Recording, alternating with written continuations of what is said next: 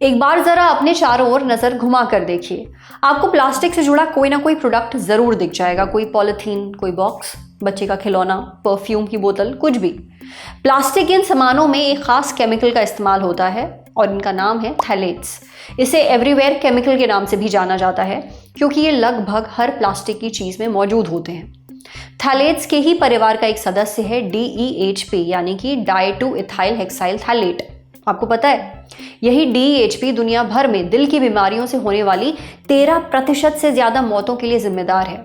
साल 2018 में DEHP की वजह से पूरी दुनिया में 3.5 लाख से ज्यादा मौतें हुई थी और ये सभी मौतें दिल की बीमारी से जुड़ी थी। इसका शिकार 55 से 64 साल के लोग हुए थे। इनमें से 1,03,000 से ज्यादा मौतें हमारे देश भारत में हुई थी। ये खुलासा हुआ है द लैंसेट ग्रुप की जर्नल ई-बायोमेडिसिन में छपी एक रिसर्च में। इसे अमेरिका की न्यूयॉर्क यूनिवर्सिटी के रिसर्चर्स ने किया है। पता चला कि south Asia, east Asia, Pacific और मिडिल ईस्ट इस दिक्कत से सबसे ज्यादा प्रभावित है।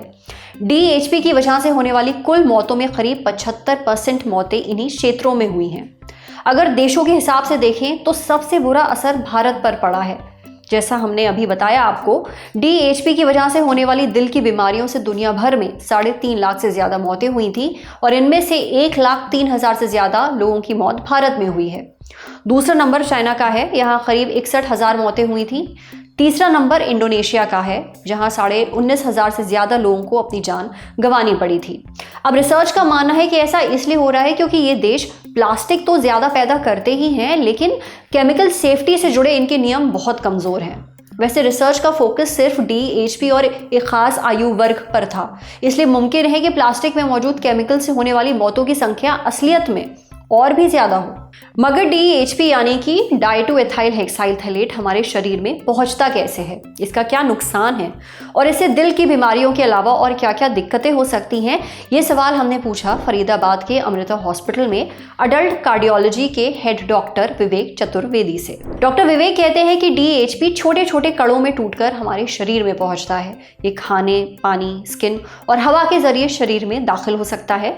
ये खून चढ़ाने और डायलिसिस जैसी मेडिकल प्रक्रियाओं के जरिए भी पहुंच सकता है, क्योंकि DEHP कई मेडिकल उपकरणों में भी पाया जाता है।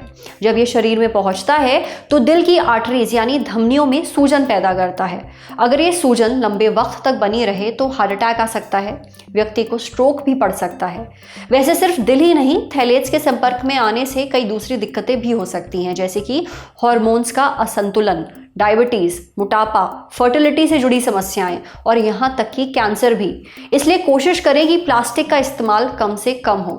प्लास्टिक से बने सामानों को कम से कम खरीदें।